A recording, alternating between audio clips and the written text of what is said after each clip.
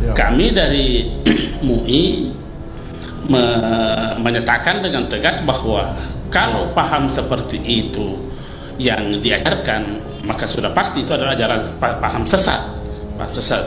Nah, kemudian kita konfirmasi lagi dengan adanya maklumat dari beberapa MUI, ada dari Sumatera, Tanah Datar, kemudian ada maklumat dari MUI Malaysia yang berkaitan dengan paham ini, mereka semua menyatakan bahwa ini sesat.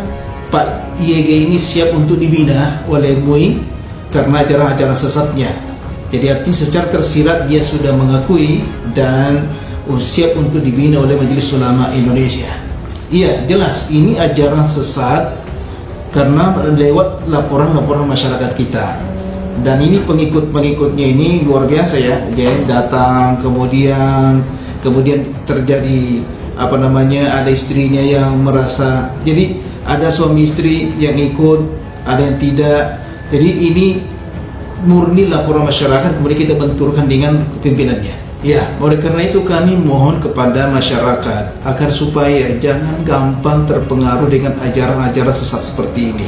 Mungkin karena ini ada aset sekian ribu hektar gitu ya, sekian asetnya itu banyak dan sebagainya, mungkin setengah hati.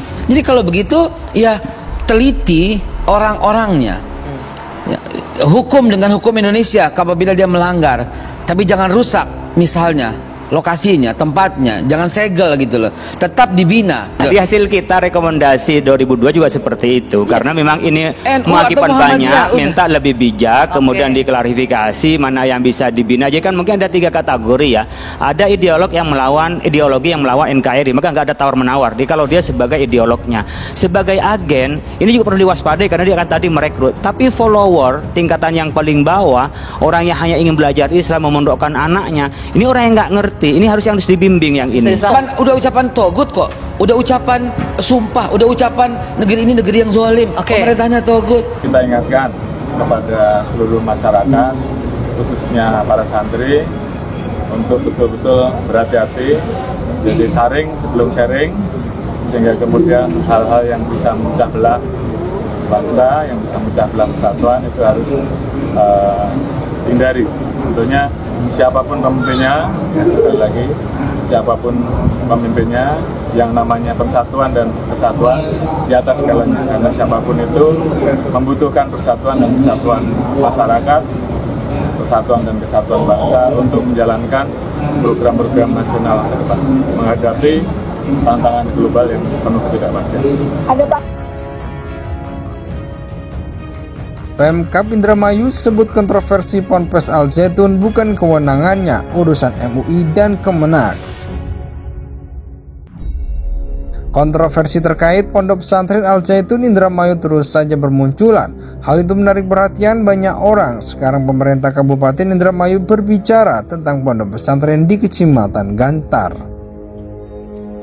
Menurut Jajang Sudrajat, Asisten Daerah Bidang Pemerintahan dan Kesejahteraan Rakyat Setda Indramayu, kewenangan pemerintah pusat untuk menangani masalah agama seperti praktik peribadatan di Ponpes Al Zaitun, urusan Kemenag dan MUI dalam hal ini.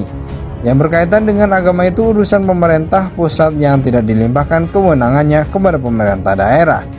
Jadi kita paling hanya bisa berkoordinasi dengan Kemenag, kata Jajang saat ditemui di ruang kerjanya Kamis 11 Mei 2023 lalu. Juga Jajang menyatakan bahwa Al Zaitun tidak memberitahu orang lain termasuk pemerintah daerah Kabupaten Indramayu. Pejabat dari Pemkab Indramayu juga harus mengikuti prosedur yang ditetapkan oleh Mahat Al Zaitun jika mereka ingin mengunjunginya.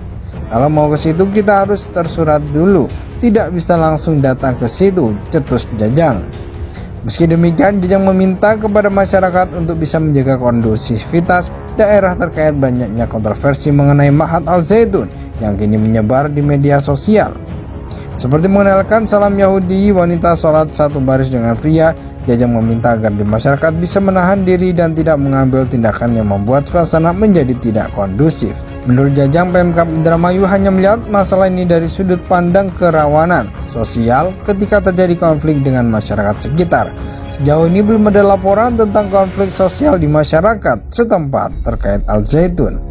Terbaru sekali, Pondok Pesantren Al Zaitun telah menjadi perhatian publik di media sosial karena banyak kontroversinya. Setelah memperbolehkan para santri putri berkhutbah saat sholat Jumat, kini diperbolehkannya santri melakukan zina dan mendapatkan uang untuk menebus dosanya. Dia mengatakan bahwa santri di Ponpes Al Zaitun di Indramayu tidak diperbolehkan berpacaran atau zina. Namun aturan ini tidak berlaku bagi santri yang memiliki uang karena uang dapat membayar dosa zina. Gak boleh pacaran, gak boleh berzina. Kalau nggak punya duit, kalau punya duit bisa dilakukan.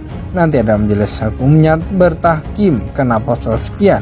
Dengan bayar uang 2 juta dosanya hilang, kata Ken Setiawan dikutip dari kanal YouTube Henry Pras, Senin 5 Juni 2023.